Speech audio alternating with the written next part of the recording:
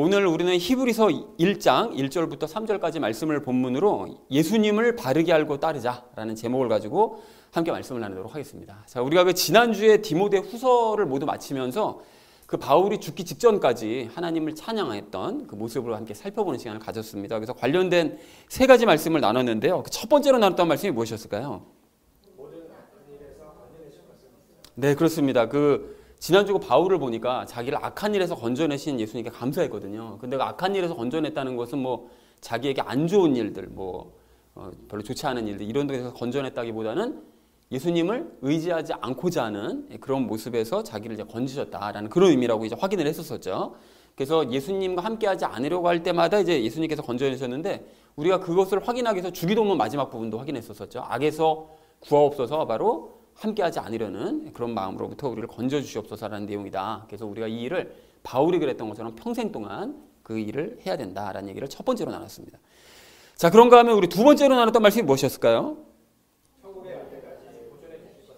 네, 그렇습니다. 바울이 지난주에 자기를 보존해 주신 하나님께 감사를 했었었는데 그 보존하셨다는 것은 무슨 어려운 일이나 육신의 고통 이런 것으로부터 보존해 주셨다는 의미라기보다는 그 영혼을 보존해 주셨다는 그런 의미라는 것을 우리가 확인을 했었었죠. 그러니까 환경적인 어려움을 통해서 훈련을 시키심으로 말미암아 천국에 들어가기에 부족함이 없는 그 영혼으로 만드시기 위해서 그걸 보존하신 그런 역사를 찬양했다라는 걸 확인했었었죠. 그래서 여호사밧을 예로 들면서 우리가 이야기를 나눴습니다. 자, 그런가 하면 마지막 세 번째로 나눴던 이야기가 무엇이었을까요? 네, 그렇습니다. 바울이 죽음을 앞두고 하나님을 진심으로 찬양을 했는데요. 바울의 전 인생을 지난주에 이제 바울이 그 죽은 이제 마지막 그 모습을 살펴봤었는데 그 모습을 보면서 바울의 전체 인생을 보니까 사실은 예수님을 믿은 이후의 삶이 훨씬 더 인간적으로 생각하면 정말 너무 안 좋은 그런 삶을 살았었는데 그것을 육신적으로만 생각했을 때 그랬던 것이었고 바울의 고백처럼 진짜 영혼으로 생각하면 정말 바울이 그것처럼 감사할 수밖에 없었을 것 같다라는 생각을 했었었죠. 그래서 우리도 마찬가지라고 그랬습니다. 우리가 예수님을 진심으로 영접하기 이전에 과거의 삶을 돌아보면 그 육신적으로 생각하면 정말 과거의 삶이 훨씬 더 행복했었을 수도 있어요. 훨씬 더 좋은 조건이었을 수도 있습니다. 그런데 지금 그것을 영적인 지금의 삶과는 감히 비교할 수가 없다. 그러니까 우리가 그걸 알았다면 진정으로 하나님 앞에 감사하며 찬양하자라는 얘기를 마지막 세 번째로 나눴습니다. 자, 그래서 사랑하는 우리 나눔 있는 교회 성도님들 모두는 매 순간 우리를 악에서 건져내시고 또 천국에 갈 때까지 우리의 영혼을 보존해 주시는 그 예수님께 항상 감사하시면서 찬양하기를 멈추지 않으시는 저와 여러분 되어주시기를 다시 한번 주님의 이름으로 간절히 축원드립니다. 나누기 전에 먼저 히브리서 전체에 대해서 좀 살펴보려고 하는데 히브리서를 누가 썼는지에 대한 논쟁이 초대교회 이후로 계속되어 왔어요. 그러니까 학자들에 따라서 그리고 초대교회 심지어 그 교부들조차 이건 바울이 쓴 건 아닌 것 같다 이런 주장들이 꽤 많았거든요. 그래서 그럼 누가 썼냐? 그래서 바나바가 썼을 거다, 아니면 아볼로가 썼을 거다, 아니면 브리스길라나 아굴라 그 부부가 쓴 거 아니겠냐, 이렇게 다양한 의견들이 있는데 그 논쟁은 어쨌든 계속되어 왔거든요. 지금까지도 계속되고 있는데 그 누가 기록했는지는 훗날 정확하게 우리가 알게 될 것입니다. 천국 가면 히브리서 쓴 사람 이렇게 하면 이제 알게 되겠죠. 알게 되겠지만 중요한 것은 히브리서를 누가 썼느냐 이게 중요한 것이 아니라 그걸 따지는 게 중요한 게 아니라 하나님의 영감으로 이게 기록된 서신서가 맞냐, 맞죠? 그리고 이게 왜 성경에 히브리서를 굳이 기록해 놓으신 거냐 이거를 아는 것이 중요한 거죠. 그러면 왜 이걸 쓰셨는가 하면 히브리서는 기독교로 개종한 유대인들이요, 그 유대인들을 위한 서신서입니다. 그러니까 개종을 했어요, 기독교로. 근데 개종하고 나서 보니까 유대인들이 엄청 핍박하는 거예요. 그리고 거기 있어봤자 믿는다고 해서 구원받을 것 같냐? 절대 아니다. 거짓말이다 전부 다. 행위를 열심히 해야 돼. 행위를. 이 유대인들이 자꾸 유혹하는 거예요. 그러니까 핍박받고 유혹받으니까 막 흔들리는 그 유대인들 때문에 쓴 서신서라는 것이죠. 그래서 핍박과 유혹에 흔들리는 그 유대인들로 하여금 예수님이 구원자라는 사실을 굳건하게 믿게 하고 용기를 갖게 하기 위한 목적으로 히브리서가 기록된 거다라는 것을 확인하셨으면 좋겠고요. 더불어서 이제 모든 성경이 그런 것처럼 그 유대인들만을 위한 서신서니까 우리는 볼 필요 없냐? 아니죠. 그리스도인들인 우리에게도 주시는 메시지가 분명히 있기 때문에 우리가 이 히브리서를 나눠야 됩니다. 자, 그래서 히브리서 전체 내용을 좀 살펴보려고 하는데 1장서부터 3장까지는 그 유대인들이 잘못된 믿음을 갖고 있는 부분에 대해서 이제 지적을 하고요. 그리고 4장 중반까지는 예수님을 믿어야만 하는 이유에 대해서 이야기를 하고요. 4장 중반서부터 9장까지는 예수님이 어떤 분이신지 구약의 제도, 즉 성막과 대제사장 관련된 연결시켜가지고 예수님이 어떤 분이신지를 설명을 합니다. 그리고 10장에 가서는 예수님이 왜 죽으셨냐? 그리고 메시아인데 어떻게 죽냐? 유대인들이 제일 궁금해하는 거거든요. 그런데 왜 죽으셨는지 그 이유하고 그 왜 그 영적인 의미, 왜 어떤 의미를 갖고 있는가 이것에서 얘기하고요. 11장에서는 우리가 잘 아시는 것처럼 믿음이 아니면 하나님을 기쁘시게 하지 못한다는 그 구절. 그래서 믿음으로 승리했던 그 조상들에 대해서 얘기하고 12장에서는 예수님을 향한 굳건한 믿음으로 이 고난을 극복해야 된다라는 사실을 얘기를 하고요. 그리고 마지막 13장에 가서는 그 그리스도인의 삶에 대해서 이야기를 하고 있습니다. 그 바울이 서신서라고 이제 보는 이유가 바울의 서신서가 항상 그렇잖아요. 앞에 교리적인 부분, 뒷부분은 그리스도인의 삶에 대해서 이야기하고 또 바울이 로마서에서 그랬던 것처럼 한참 교리적인 얘기를 하다가 마지막에 유대인들에 대한 그 안타까운 마음을 자꾸 표현을 해요. 고린도서에서도 마찬가지죠. 얘기하다가 유대인들에 대한 그 안타까운 마음을 자꾸 표현한단 말이죠. 그러니까 히브리서도 마찬가지로 전체적인 자기 서신서를 마무리하는 이때쯤, 이것도 거의 그 죽기 직전에 쓴 서신서가 맞긴 맞는데 그때 유대인들을 향한 안타까운 마음 때문에 썼을 것이다라고 생각해서 히브리서는 바울이 쓴 게 맞다라고 저는 개인적으로 생각하고 있습니다. 그래서 어쨌든 나중에 확인해 보면 되겠죠. 자, 그래서 오늘 전체 주제를 이렇게 잡으면 되겠는데요. 예수님을 바르게 알고 따르자라는 것을 주제로 각절 말씀 나누도록 하겠습니다. 먼저 1절 말씀 우리 함께 읽도록 하겠습니다. 지나간 때에는 여러 시대의 다양한 방식으로 대언자들을 통하여 조상들에게 말씀하신 하나님께서 라고 말씀합니다. 여기 여러 시대라는 것은 이제 그 오랜 세월에 걸쳐서 대언자들을 통해 이제 말씀을 해주셨다는 거죠. 다양한 방식으로 대언자들을 통해 말씀하셨대요. 근데 대언자들도 뭐 꿈이나 또는 계시나 뭐 기적이나 이런 여러 가지 방식을 통해서 대언자들을 통해서 우리 하나님께서 이제 말씀을 해주셨다라고 얘기를 하고 있습니다. 그래서 1절 전체 의미는 하나님께서는 과거의 오랜 세월에 걸쳐서 다양한 방식으로 대언자들을 통해 조상들에게 말씀을 해주셨다라는 것이 이제 1절의 의미가 되겠습니다. 자, 이어진 2절 말씀 우리 함께 읽도록 하겠습니다. 이 마지막 날들에는 자신의 아들을 통하여 우리에게 말씀하셨으며 그분을 모든 것의 상속자로 정하시고 또 그분으로 말미암아 세상들을 만드셨느니라 라고 말씀합니다. 여기 마지막 날들이라는 건 이제 마지막 심판이 가까워오는 지금, 그러니까 예수님께서 탄생하신 바로 그때 2000년 전서부터 지금까지가 다 마지막 때입니다. 마지막 때가 곧 다가오는 이런 시점인 거죠. 자, 그래서 그 지금은 자신의 아들을 통해서 우리에게 말씀하셨대요. 그러니까 대언자들을 통해서 다양한 방식으로 말씀을 하셨던 하나님께서 1절에서 말했듯이 이제는 예수님을 통해서 우리에게 말씀을 해주셨다는 거예요. 2000년 전에. 그리고 기록을 해서 성경 말씀을 통해서 우리에게 말씀해 주신다라고 얘기를 하고 있습니다. 자, 그리고 하반절 말씀을 보면 그분으로 말미암아 세상들을 만드셨대요. 근데 여기서 주목하실 점이 세상들이죠. 세상은 하나 아닌가? 라고 생각할 수 있는데 세상들을 만드셨다고 얘기하는데 성부 하나님께서는 예수님을 통해서 영적인 세상과 물질적인 세상이요. 그리고 장차 임할 새 예루살렘, 그 세상들을 다 만드신 거예요. 그러니까 우리가 눈으로 볼 때는 온 세상이 그냥 눈에 보이는 우주 하나인 것 같지만 사실은 눈에 보이지 않은 영적인 세상, 천국이 있고 지옥이 있죠. 그리고 장차 임할 새 예루살렘은 이 온 세상과 영적인 세상과 물질적인 세상이 싹 다 없어지고 임하게 될 새 예루살렘, 그 세상이기 때문에 이 모든 세상들을 예수님의 손으로 만드셨다는 것이죠. 성부 하나님께서. 그리고 그것을, 그 모든 세상을 예수님께 주셨다는 거예요. 그 모든 것을 예수님께 상속하기로 결정을 내리셨다는 것이죠. 자, 그래서 2절 전체 의미를 이렇게 정리해 볼 수가 있겠는데요. 성부 하나님께서는 이 마지막 때에 예수님을 통해서 우리에게 말씀을 하셨고 예수님을 통해 만드셨던 이 영적 물질적 세상을 예수님께 모두 상속하기로 하셨다. 그래서 모든 것을 다 주시면 예수님께서 이제 어떻게 하신다고요? 그 천국과 지옥 만드셨던 거는 이제 싹 다 없애버리시죠. 그 천국과 지옥조차.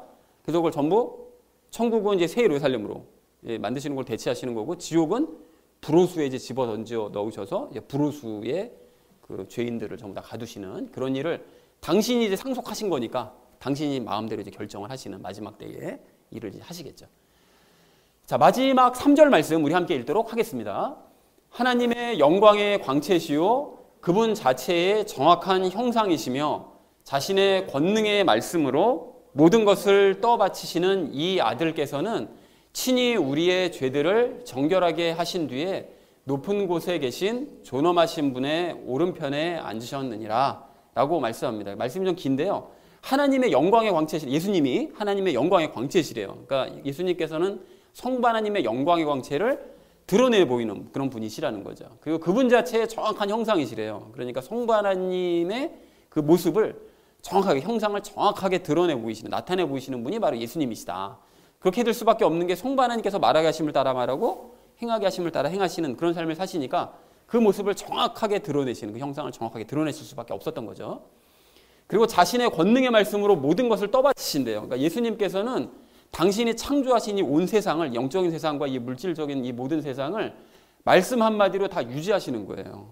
운행하게 하시고 유지하시고. 그러니까 태양이 정상적인 속도로 은하를 돌고 태양 주변을 우리가 공전하고 자전하고 하는 이 모든 것들이 예수님 말씀 한마디 그 규칙에 따라서 수학적인 계산에 의해 정확하게 움직입니다. 그러니까 이 모든 것을 말씀으로 운행하시며 유지하시는 분이시다.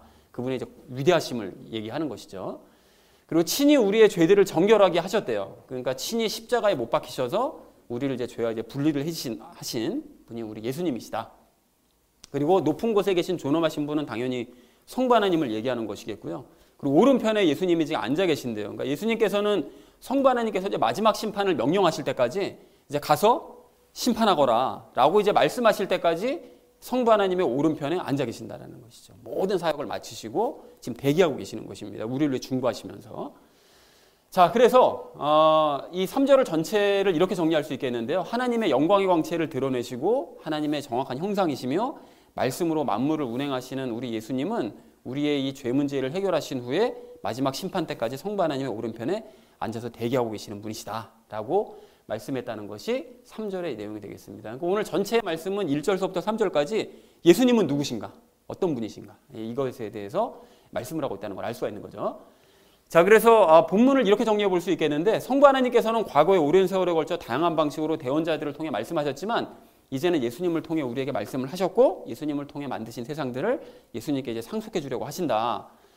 그리고 하나님의 영광의 광채를 드러내시고 하나님의 정확한 형상이시며 말씀으로 만물을 운행하시는 우리 예수님께서는 우리의 죄 문제를 해결하신 후에 성부 하나님의 오른편에 앉아 계신다라는 것이 이제 오늘 본문 전체의 내용이 되겠습니다. 자, 그래서 우리가 이제 적용 시간에 세 가지 내용을 나눌 건데요. 첫 번째는 하나님의 음성을 듣는 방법에 대해서 우리 함께 이야기 나누고요. 두 번째는 예수님의 공로에 대해서 말씀을 나누고 마지막 세 번째는 예수님을 따르는 삶에 대해서 말씀을 나누는 시간 가지도록 하겠습니다. 그래서 오늘의 결론이요. 예수님을 바르게 알고 따르자라는 것을 주제로 나머지 이야기 삶에 적용하면서 말씀 나누는 시간 가지도록 하겠습니다. 예수님을 바르게 알고 따라야 될 우리가 오늘 첫 번째로 함께 나눌 말씀은 하나님의 음성을 듣자는 것입니다. 여러분 오늘 1절과 2절 말씀을 좀 보십시오. 보시면 하나님께서는 구약시대에 대언자들을 통해서 말씀하셨대요. 뭘 말씀하셨을까요? 예수님에 대해서 말씀하신 거죠. 대언자들을 통해. 그리고 마지막 때에는 예수님을 통해서 말씀하셨어요. 그리고 예수님을 통해서 말씀하신 것을 기록한 책이 뭐죠? 그게 사복음서죠. 그리고 그 사복음서를 세분화해서 설명해 놓은 것이 서신서입니다. 맞죠? 그러니까 이제 구약의 그 10계명을 자세하게 풀어 설명해 놓은 것이 레위기, 민수기 같은 그 모세오경이잖아요. 그거와 똑같은 방식으로 이제 복음서의 말씀들, 예수님의 말씀들을 풀어 설명해 놓은 것이 이제 서신서들, 나머지 서신서들이다. 이렇게 확인할 수가 있습니다. 자, 그러니까 무엇을 알 수 있는가 하면 기록된 성경 말씀을 읽어야 하나님의 음성을 들을 수 있는 거예요. 왜 그렇죠? 기록된 성경 말씀이 곧 예수님의 말씀이고 하나님께서는 예수님을 통해서만 말씀하시니까.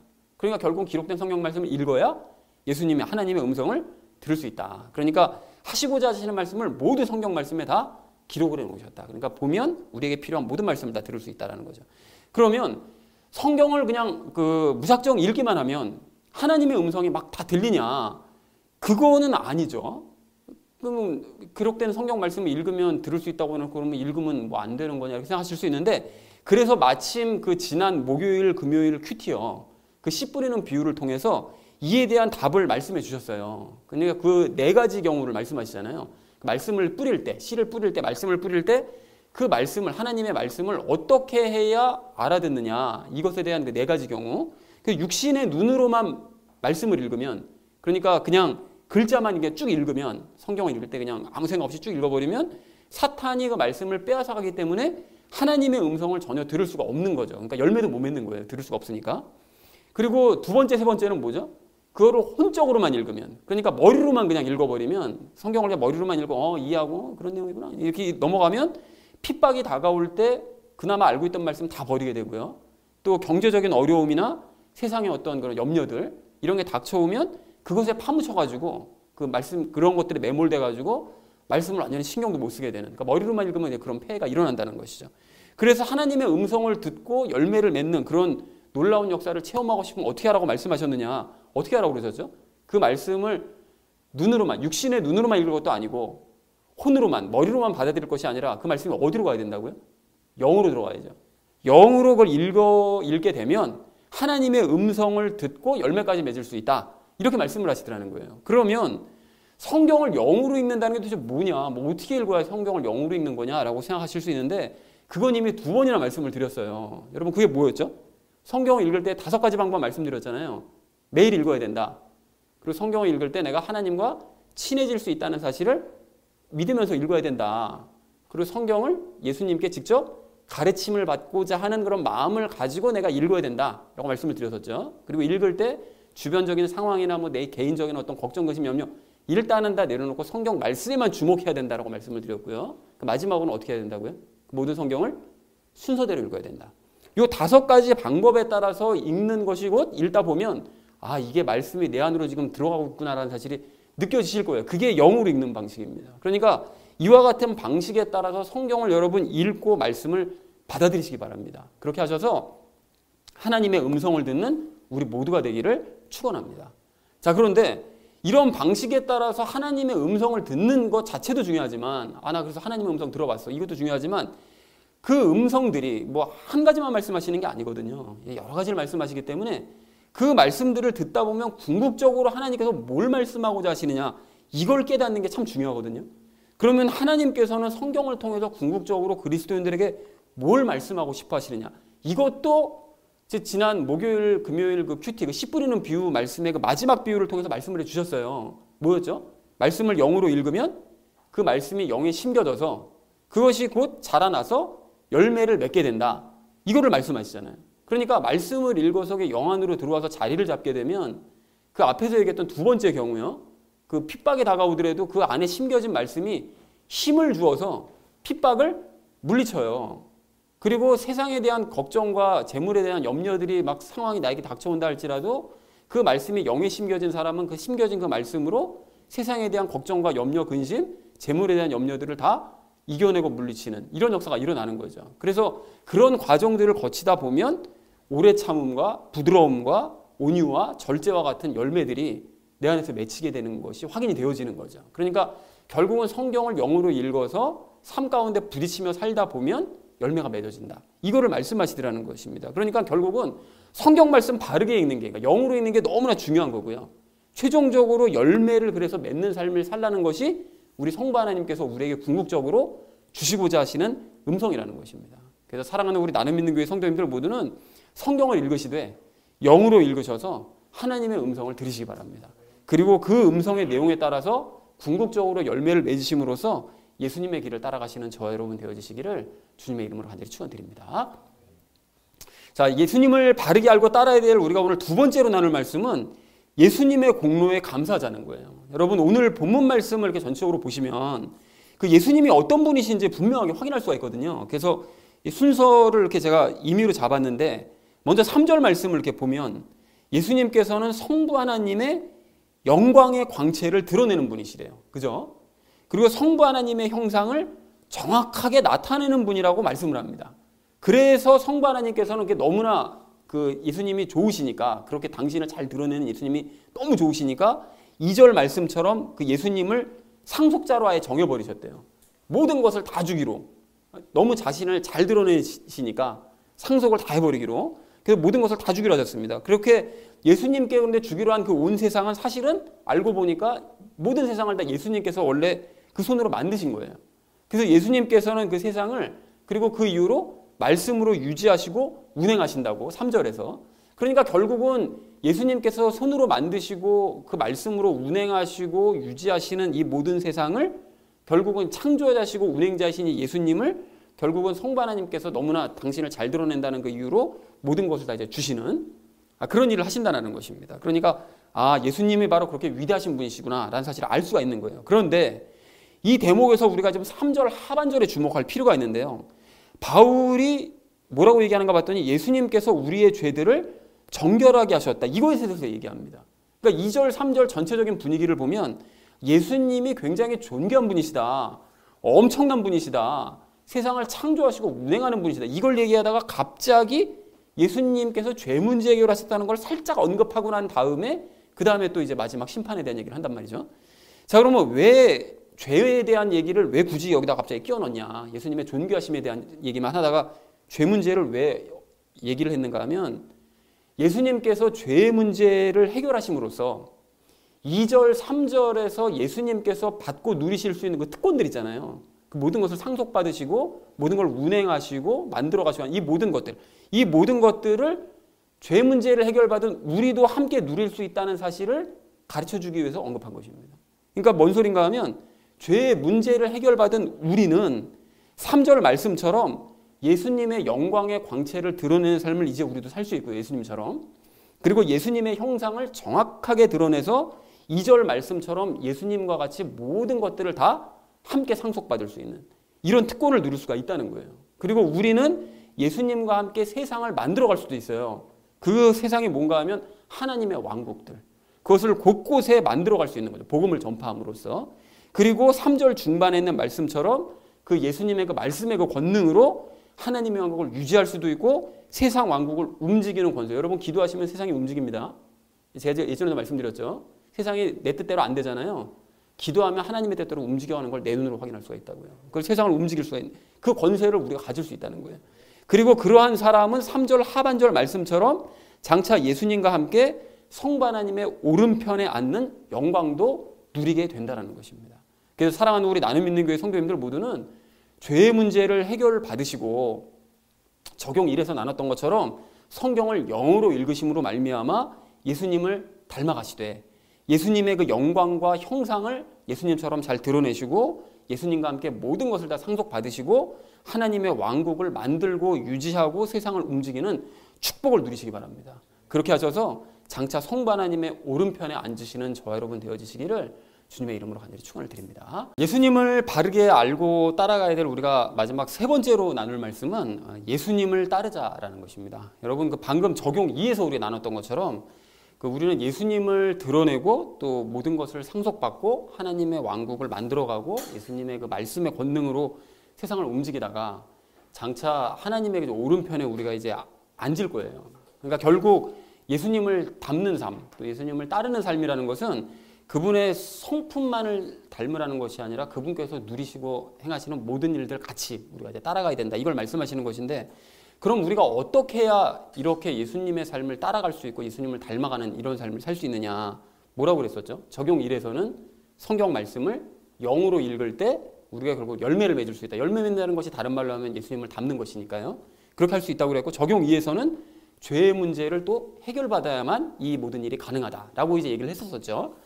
자, 그래서 이 둘을 합쳐보면 결국은 뭡니까? 죄의 문제를 해결받은 우리가 성경 말씀을 읽을 때 영으로 읽으면서 삶으로 부딪혀 가면서 열매를 맺어가다 보면 그러면 결국은 우리는 예수님을 닮을 수 있는, 예수님을 따라갈 수 있는 이런 삶을 살 수 있게 된다. 라는 사실을 확인할 수가 있습니다. 자, 그런데 여기서 우리가 주목할 점이 무엇인가 하면 삶으로 부딪히는 부분이에요.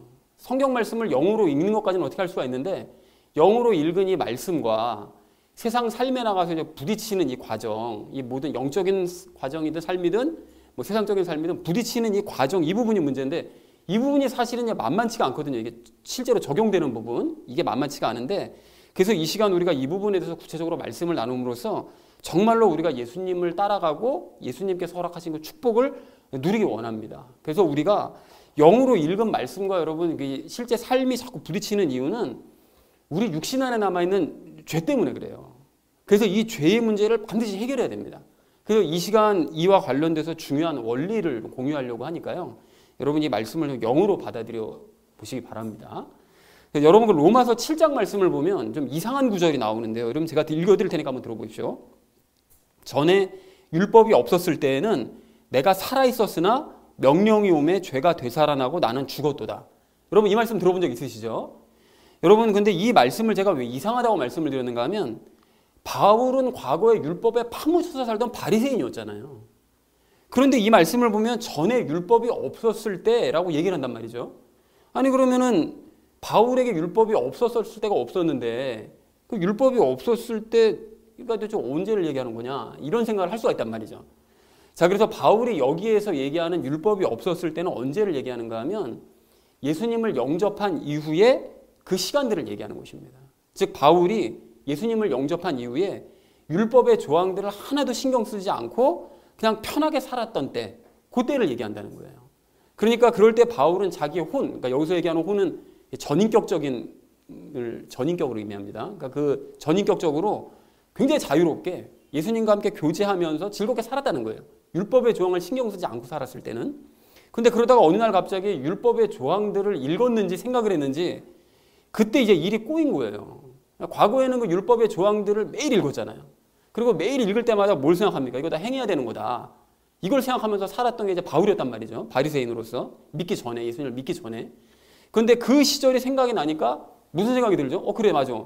이것도 결국은 율법의 조항도 하나님께서 주신 거니까 이 율법의 조항들도 행해야 되는 거 아닌가? 라는 생각을 하자마자 뭐가 되살아났다고요?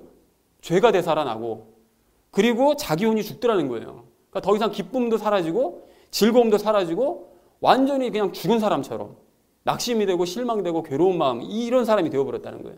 자, 그런데 여기서 우리가 좀 주목하셔야 될 점이 있는데 그것이 무엇인가 하면 율법의 조항들을 읽으니까 또는 그걸 생각하니까 육체에 남아있던 죄가 되살아나더라고 바울이 지금 얘기를 하고 있잖아요.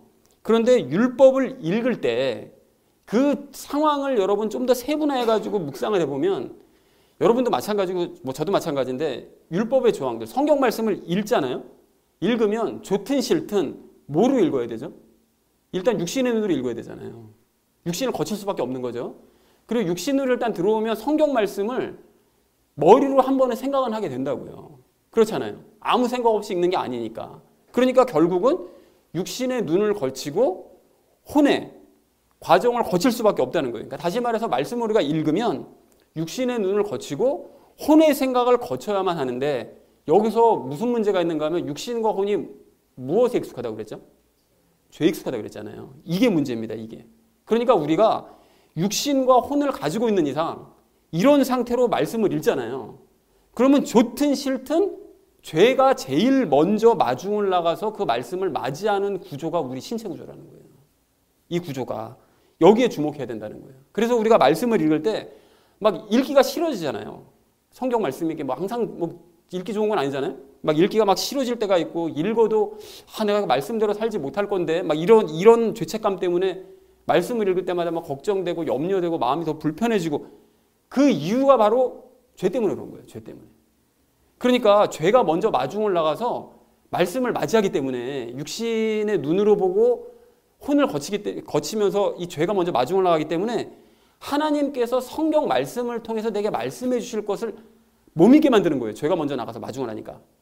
너 이거 읽는다고 그래가지고 막 하나님의 음성 들을 것 같아. 목사 맨날 뭐 하나님의 음성 듣는다고 그러지. 너 못 듣는다니까. 이걸 못 믿게 만드는 거예요. 그러니까 읽기가 싫어지는 거죠. 그리고 말씀을 읽어봐야 너 말씀대로 어차피 못 살잖아. 뭐 이렇게 죽어라고 읽어. 어차피 살지도 못하는데. 이렇게 강하게 의심하게 만드는 거예요. 죄가 먼저 마중을 나가기 때문에. 여러분 이 원리가 이해가 되세요?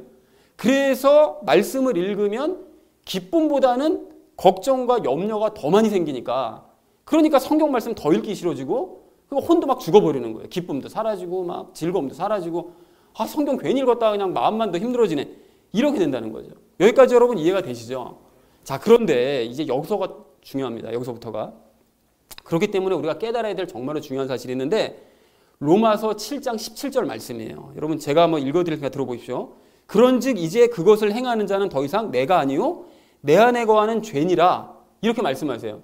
그러니까 성경 말씀 읽으면 기쁨도 사라지고 즐거움도 사라지고 걱정과 염려만 생기니까 그럼 앞으로 성경 읽지 말아야 되겠다. 이게 아니라 여기서 얘기하시는 걸 봤더니 말씀을 읽을 때 기쁨과 즐거움이 아니라 도리어 읽기가 싫어지고 걱정과 염려와 근심이 되는 그 이유는 성령님과 연합한 내 영이 하는 일이 아니라 아무 상관도 없이 내 육체 안에 거하는 죄가 말씀을 먼저 마중 나가가지고 길을 막고 설레발을 친 결과 이런 결과가 나타나는구나. 내 혼이 괴로워지는 것이구나. 이 사실을 깨달아야 된다는 거예요. 그리고 그것을 깨달았다면 말씀을 읽으려고 할 때마다 이게 귀찮아지고 막 도리어 읽고 나면 걱정과 염려가 되고 근심되고 하는 이 모든 모습은 내가 아닌 죄가 나서서 행한 일이기 때문에 이 모든 것들이 이런 귀찮음이나 두려움이나 걱정, 염려들이 사실은 다 허상이구나. 가짜구나 이거. 이거를 깨달아야 된다는 거예요. 이게 여러분 이게 너무나 중요한 일이에요. 그게 분명히 생기잖아요. 걱정과 염려가 생기고 막 귀찮아짐이 생기는데 이 생기는 이유는 죄가 나서서 설레발침으로 말미암아 혼에서 생겨나는 그 자연적인 반응 때문에 나타나는 작용이지 내 원래 모습이 아니라는 거예요. 이게 가짜라는 거예요. 가짜. 그리고 그렇게 말씀 때문에 두려워하고 걱정하고 염려했던 나는 이미 심판받아서 십자가에 죽어버렸고 이제 나는 예수님과 연합한 사람이기 때문에 예수님께 사랑을 받는 사람이기 때문에 나와 연합하신 전능하신 예수님께서는 거짓 걱정, 그러한 거짓 걱정과 염려 때문에 약해진 나를요 도리어 강건한 사람으로 이 기쁨과 즐거움을 회복할 수 있도록 만들어 주신다는 거예요. 그러니까 연약해질 때, 내가 이렇게 연약해질 때마다 나를 완전하고 강하게 만들어 주시는 분이라고 고린도후서 12장 9절에서 말씀하세요. 우리가 거기까지만 걱정과 염려하는 데까지만 딱 도달하고 난 다음에 그러니까 성경 읽지 말아야지 이렇게 포기해버려서 그렇지 거기서 예수님을 바라보면 예수님을 의지하면 고린도후서 12장 9절 말씀에 의해서 그렇게 연약해진 나를 강하게 성경 말씀이 기뻐지게 그 성경 말씀을 통해서 감사한 마음이 생기게 만들어 주실 수 있다는 거예요. 그리고 나를 위로해 주시고 그 예수님의 그 능력으로 말씀대로 장차 실천하는 사람으로 만들어 주실 수도 있다는 사실을 믿어야 된다는 것입니다. 거기까지 나아가야 된다는 거예요. 그러니까 예수님과 연합해서 예수님의 모든 것을 상속받았다고 아까 말씀하셨잖아요. 상속받은 나라는 사실을 믿어야 되는 거예요. 먼저 그거를 믿고 나서 나를 강하게 하시는 그리스도를 통해 나는 모든 것을 다 할 수 있는 사람이다. 변화된 사람이다. 이 사실을 여러분 빌립보서 4장 13절 말씀처럼요. 그 사실을 믿어야 된다는 거예요. 나는 완전히 변화된 사람이다. 이거 죄가 나를 속여서 이제까지 내가 엉뚱한 거 가지고 걱정과 염려하고 있었던 상태였다. 완전히 속은 삶을 살았다. 이제 예수님이 나를 사랑하시는 분이시기 때문에 나는 예수님을 통해 모든 것을 다 할 수 있는 사람이다. 이거를 여러분 깨달으셔야 된다는 거예요. 이렇게 죄의 속임수하고 원리를 파악하고 예수님을 믿고 의지하는 사람은 죄를 이길 수가 있어요. 그리고 기적을 체험할 수가 있습니다. 그렇게 되면 참된 자유를 누릴 수 있어요. 그러면 그 다음서부터는 성경 읽는 것이 정말로 기뻐지고요. 성경 말씀을 읽는 대로 행해지는 것이 이게 가능하구나. 실제로 행해집니다. 그것이 가능하다는 사실을 깨달을 수가 있게 된다는 거예요. 변화되어 가기 시작한다는 것이죠. 자, 그런데 이런 원리는 성경 말씀에만 적용되는 게 아닙니다, 여러분. 우리가 일상적인 삶의 문제를 만날 때도 똑같이 적용될 수 있는 거예요. 가령 고난이 닥쳐오잖아요. 그러면 우리가 이 원리가 똑같으니까 여러분 한번 생각해 보세요. 아까 방금 드렸던 말씀이랑 연결시켜서 생각해 보십시오. 일단 고난의 상황이 내 앞에 닥쳐오면 그 고난의 상황을 뭘로 보죠? 육신의 눈으로 보죠. 그리고 그것이 혼으로 생각해요. 그래서 가령 지난 금요일 큐티 말씀을 보면 예수님과 함께 한 배를 탔는데 파도가 밀려오잖아요. 그럼 제자들이 뭘 보죠? 예수님을 보는 게 아니라 파도 보잖아요. 그러면 육신의 눈으로 파도를 보고 머리로 생각한다고요. 야, 큰일 났네 이거. 이게 힘들어지겠네 이거. 이게 큰 어려움을 당하겠네. 혼으로 생각하는 거예요. 그러니까 육신과 혼은 죄에 익숙하기 때문에 죄와 더 친하기 때문에 일단 드는 생각이 무슨 생각이 드는가 하면 예수님이 한 배에 계셔도 그분이 안 보이는 거예요. 안 보이고 예수님께서 능력을 발휘해주시는 게 안 믿어지는 거예요. 왜냐하면 죄가 먼저 마중 나가가지고 상황을 맞이하니까. 의심이 먼저 나가서 상황을 맞이하다 보니까 우리 육신 구조가 그렇게 돼 있다 보니까 믿어지질 않는 거예요. 그러니까 육신의 눈과 혼의 생각을 통해서 내 안에서 살아난 죄가 예수님을 불신하게 만들기 때문에 우리 곧 물에 빠져가지고 육신이 이제 괴롭힘을 당하겠네. 또 파도와 싸워야 될 이 모든 과정을 생각하면 혼이 아주 복잡해지는 거예요. 이 어려움을 또 당해야 되네. 사람 지치게 만드는 거죠. 예수님을 철저하게 배제한 상태로. 그래서 아닌 게 아니라 여러분이 제자들 중에 한 3분의 1 정도 되는 사람들은 이 출신이 어부들이었잖아요. 이게 과거에 고기잡이를 할 때 육신적으로 혼적으로 그런 일 아주 많이 경험했거든요. 예수님 만나기 전에는. 파도 만나면 그날은 완전히 죽쓰는 거예요. 그냥 죽었다 살아나는 거예요. 그러니까 죄가 자기들 안에 있는 그 죄가 그때 그 사실들을 부각을 시켜가지고 기억나게 하고 부각시켜서 이제는 예수님이 함께 하시는데도 예수님을 생각하지 못하게 만들고 더욱 걱정과 염려하도록 붙잡아 낸다는 거예요. 그게 먼저 마중 나가서 설레발을 치니까. 자, 그런데 여기서 우리가 그래서 뭘 깨달아야 된다고요? 이런 걱정과 염려는 내가 하는 게 아니라 누가 하는 거라고요?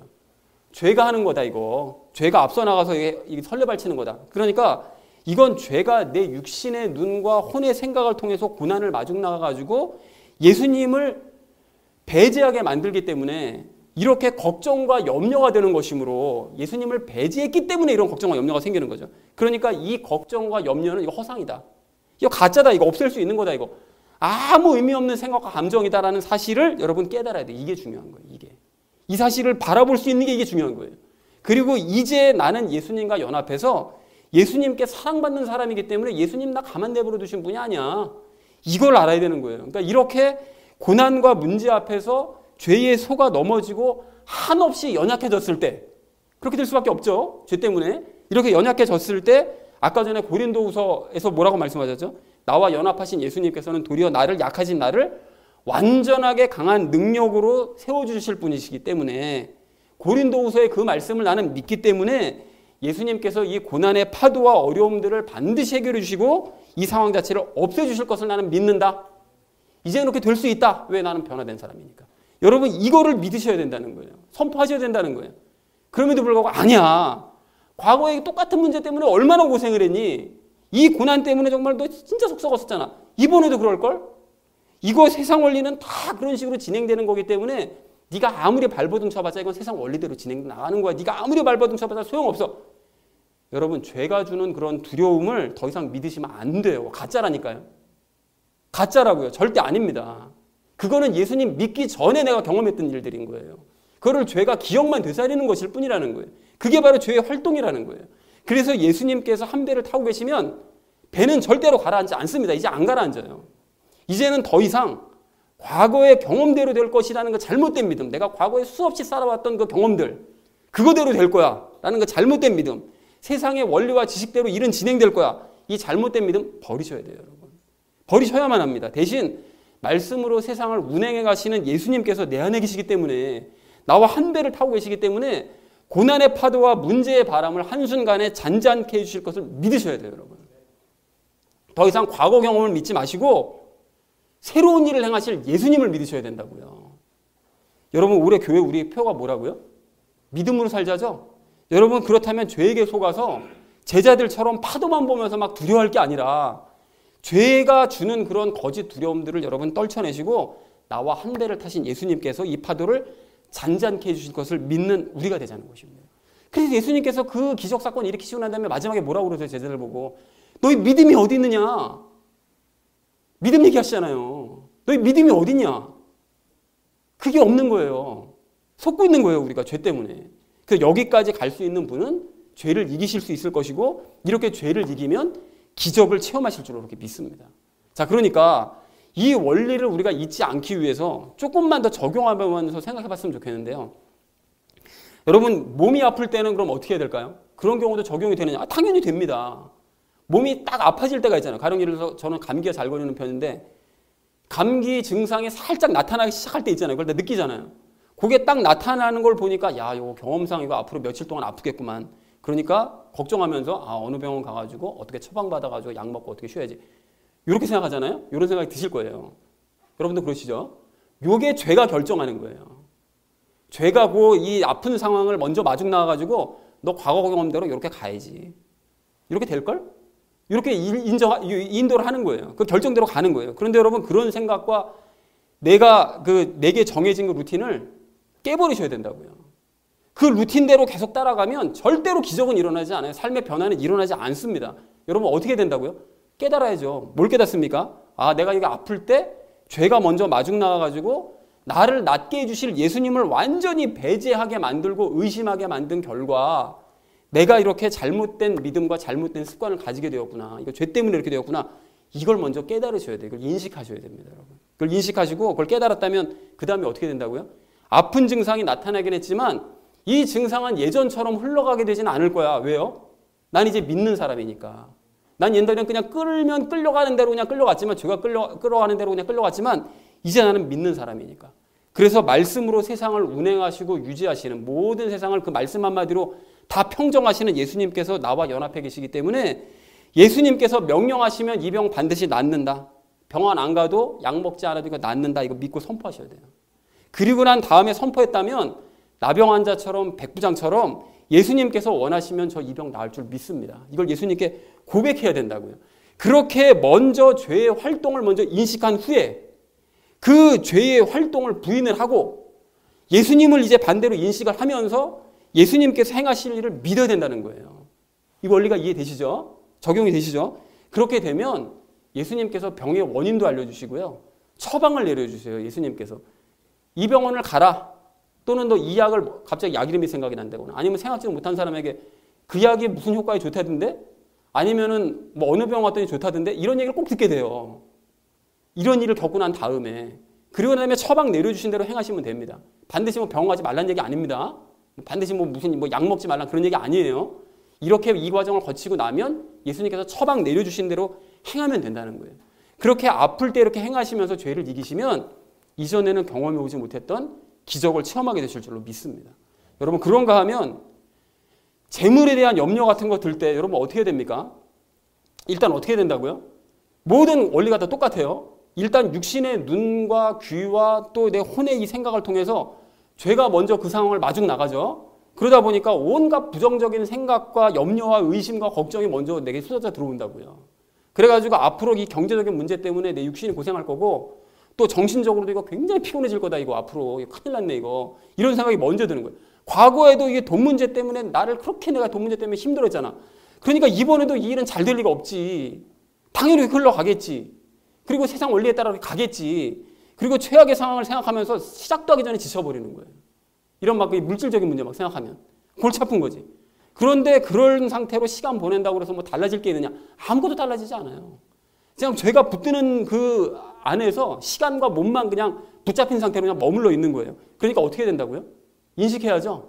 뭘 인식합니까? 이것도 죄가 먼저 마중 나가서 예수님께서 행하실 일을 전혀 믿지 못하게 만든 결과 생겨난 걱정과 염려와 두려움이로구나. 이 사실을 여러분 먼저 깨달으셔야 되는 거죠. 그러니까 이거는 생각 필요 없는 걱정과 염려로구나. 이거 예수님을 배제했을 때나 생기는 걱정과 염려로구나. 그러니까 이거 가짜다 이거. 그리고 그걸 깨달았다면 어떻게 된다고요? 이번에 이 일은 죄가 나에게 주입한 생각대로 절대로 진행되지 않을 거야. 난 그 길 따라가지 않을 거야. 과거에는 죄가 시키는 대로 그렇게 내가 염려하고 걱정하고 예수님은 전혀 생각하지도 않았기 때문에 내가 그렇게 안 좋은 일로 갔던 것이고 끝까지 해결 안 되는 상태로 갔던 것이었지만 이제는 말씀으로 세상을 운행하시고 다스리시는 예수님께서 나와 함께 계시기 때문에 예수님께서 명령하시면 재물에 대한 걱정, 미래에 대한 염려의 파도 한순간에 잔잔하게 될 거야를 여러분 믿음으로 선포하시라는 거예요. 그리고 예수님께서 원하시면 이 재물의 문제 해결해 주시는 것을 저는 믿습니다. 라는 것을 겸손하게 여러분 구하시면 예수님께서 그 문제 해결하라고 여러 가지 경로를 통해서 해결책을 알려주신다는 거예요. 구하면 주시고 찾으면 찾고 두드리면 열리게 해주신다면서요. 그 기적의 역사가 이런 사람에게 일어난다고요. 이 원리를 깨닫고 믿음으로 선포하는 사람에게 이런 일들이 일어난다는 것입니다. 이 외에도 여러분 뭐 예배를 드리는 일이나 뭐 예배 드려봐야 뭐 하나님 역사하지 않으실 거야. 뭐 사람을 대하는 일이나 와 저 인간 저 죽었다 깨나도 안 변해. 저 인간은 내 앞으로 내 포기해버릴 거야. 내가 화가 나거나 심지어는 내 피곤한 그런 상황 중에도 이 모든 원리를 똑같이 적용할 수가 있다고요.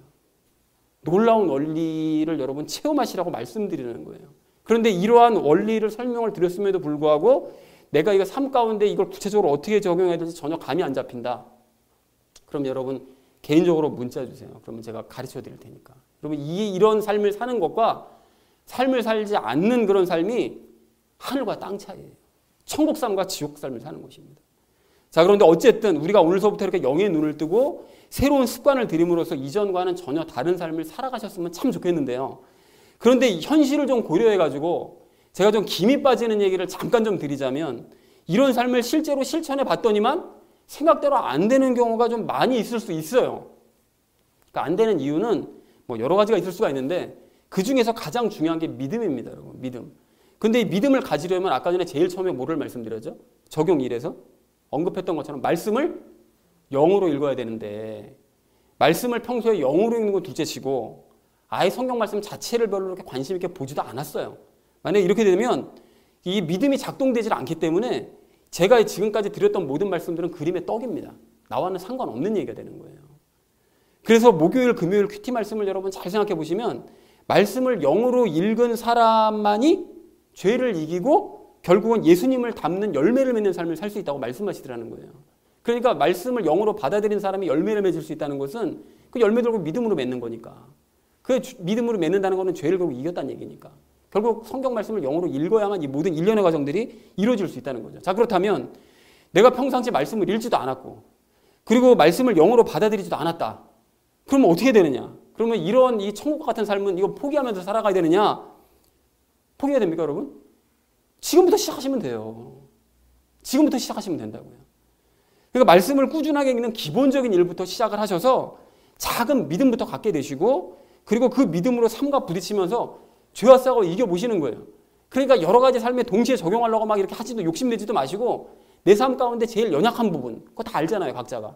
근데 이건 잘 해결이 잘 안 돼. 이런 부분들, 작은 부분들, 실천할 수 있을 것 같은 부분들, 믿음을 실천할 수 있을 것 같은 부분들, 이런 부분 가지고 여러분 시험하시고 연습하시는 거예요.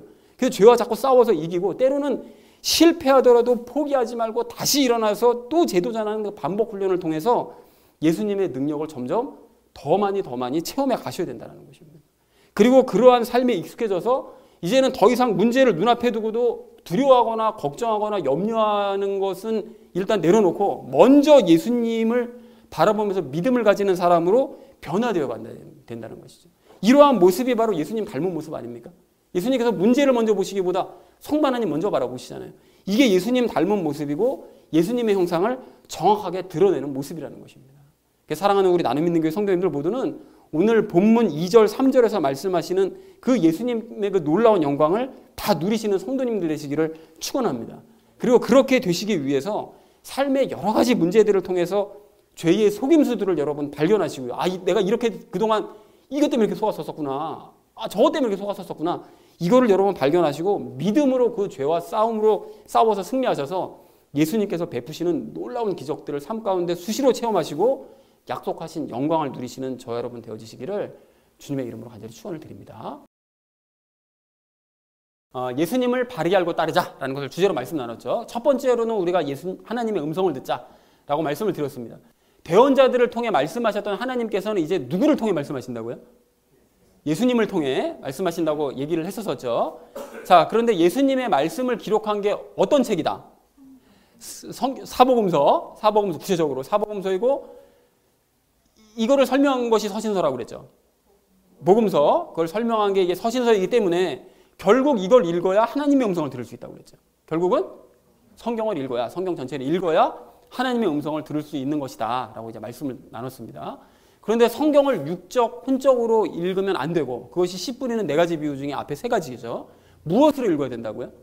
영으로 읽어야 하나님의 음성을 들을 수 있다고 했습니다. 그리고 하나님의 음성의 그 내용은 그렇게 읽었더니 하나님께서 궁극적으로 뭐라고 말씀하시느냐? 말씀을 뭐로 읽음으로써? 영으로 읽음으로써 뭘 맺으라고요? 열매를 맺어라. 이게 성도들에게 주시는, 그리스도인들에게 주시는 하나님의 궁극적인 말씀이다 라고 얘기를 나눴습니다. 자, 그리고 그것이 예수님을 따르는 삶이다 라고 얘기를 나눴죠. 자, 우리 두 번째로 나눴던 이야기가 예수님의 공로에 감사하자고 그랬는데요. 예수님께서는 성부 하나님의 영광의 광채와 무엇을 정확하게 드러내셨다고요? 하나님의 어떤 것을? 하나님의 형상을 정확하게 드러내셨다라고 하셨죠. 그래서 성부 하나님께서는 예수님께 모든 걸 다 주기로 하셨어요. 근데 그 주기로 하신 그 세상에 예수님을 통해서 세상 만물을 지으시고 운행을 하시고 그 모든 것을 어떻게 해주셨다고요? 모든 것을 다 상속해 주셨다. 예수님께 다 상속을 해주셨다. 그리고 예수님께서 우리의 이것을 정결케 하신 이유는 아까 전에 2절에서 뭐라고 그랬죠?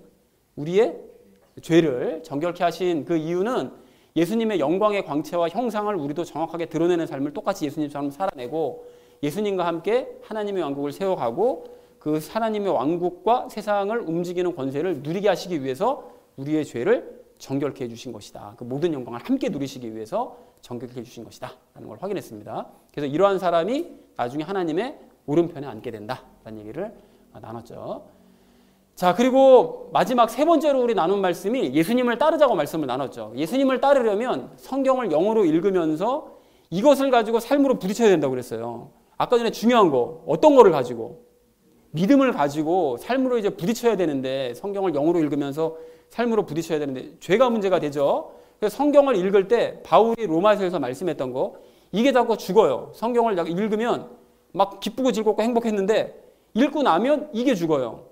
전인격, 혼이 그 죽는 이유는 무엇이 살아나기 때문에요? 내 안에 있는 죄가 살아나기 때문에 자꾸 혼이 죽는 거죠. 기쁨도 사라지고 즐거움도 사라지고 막 이렇게 돼요. 그럼 그렇게 냅둬야 되느냐? 아니죠. 성경을 읽으면 육신의 눈과 혼의 생각을 거칠 수밖에 없기 때문에 뭐가 작동되는 것이라고요? 죄가 작동될 수밖에 없는 구조다. 우리 구조 자체가 지금 이게. 그래서 육신과 혼이 죄와 익숙하니까 작동될 수밖에 없는 구조예요. 먼저 나아가서 맞이할 수밖에 없는 구조예요. 그래서 이때 부정적인 생각과 감정이 드는 것은 성경 읽어봐야 재미도 없고 성경 읽어봐야 어차피 실천도 못하니까 마음에 부담만 돼. 이런 부정적인 생각과 감정이 드는 것은 내가 하는 일이 아니라 누가 하는 거라고요? 죄가 하는 일이다. 이거 자꾸 의심하게 만드는 거다. 이걸 깨달아야 되는 거죠. 그래서 그걸 깨달았다면 부정적인 생각을 부인하고 연합하신 예수님께서 역사해 주실 것을 어떻게 된다고요? 믿어야 되는 거죠. 믿어야 되는 거예요. 그거를. 그러니까 이 죄가 주는 생각이 거짓 생각과 이 거짓 염려와 이 걱정을 버리고 예수님께서 나를 통해서 말씀대로 살아나게 하실 거야. 왜냐하면 예수님께서 나 사랑하시니까요. 나와 연합하셨으니까. 연합하실 정도로 사랑하시니까요. 그걸 믿는 거죠. 그렇게 될 때 역사는 일어난다. 그리고 삶의 원리도 이제 마찬가지라고 말씀을 드렸었죠. 고난을 당하면 뭐가 활동함으로써? 내 안에 있는 죄가 먼저 나가서 활동함으로써 예수님을 믿지 못하게 해서 우리의 이것이 두려움과 염려에 휩싸여요. 뭐가요? 우리의 혼이 두려움과 염려에 막 휩싸이죠. 그래서 걱정과 염려 막 다가오면 고난이 다가오면 막 걱정과 염려부터 막 되잖아요. 막 상상의 나래를 막 펼치잖아요. 그냥 막. 그래서 두려움에 휩싸이게 되는 거죠. 근데 이러한 일은 내 무엇이 하는 것이 아니고 내 안에 있는 영이 하는 것이 아니고 뭐가 하는 일이라고요? 죄가 하는 일이구나. 이거를 깨달아야 됩니다. 이게 중요합니다. 그렇다면 죄가 주는 그 거짓 걱정과 염려를 버리고 예수님께서 해결해 주실 것을 어떻게 된다고요? 믿어야 되는 거예요. 이제 믿을 수 있어요. 왜요? 우리는 예수님께서 사랑하는 존재니까, 예수님과 연합한 존재니까 믿으면 된다고요. 이제 우리가 로마서 말씀 우리 그 연초에 처음에 나눴을 때 그 얘기했잖아요. 이제 우리는 죄를 이길 수 있다라고 얘기했었잖아요. 그죠? 믿을 수 있다고요. 믿으셔야 된다고요. 그러면 믿은 대로 되는 거예요. 그래서 그렇게 누구의 속임수를, 죄의 속임수를 이길 때 기적은 일어나게 된다. 그래서 몸이 아플 때, 경제적인 어려움이 있을 때, 예배를 드리는 일, 사람을 대하는 일, 이 모든 것들도 다 이 원리가 똑같이 적용될 수 있다. 나를 알고, 나는 죄가 먼저 마중 나갈 수밖에 없는 구조를 가지고 있는 존재라는 나를 먼저 알고, 그리고 누구를 알면, 예수님을 알면 백전백승입니다. 이 사실을 모르면 백전백패예요. 삶 가운데 맨날 실패하는 삶을 살면서 똑같은 삶을 평생 동안 살다가 예수님 믿어봤자 아무것도 능력이고 뭐고 예수님 믿으면 천국 삶이어져 다 소용도 없네. 이렇게 되는 거예요. 그러니까 이걸 아실 때 아심으로써 백전백승하는 우리 모두가 되기를 간절한 마음으로 소망합니다. 제가 사랑하는 우리 나눔 있는 교회 성도님들 모두는 말씀을 영으로 읽으셔서 하나님의 음성을 들으시기 바랍니다. 그리고 죄와 믿음의 원리를 여러분 오늘 들으신 이 죄와 믿음의 원리를 깨닫고 여러분 실천하셔서 예수님께서 허락하신 놀라운 권세의 축복을 누리시는 저와 여러분 되어주시기를 주님의 이름으로 간절히 축원을 드립니다.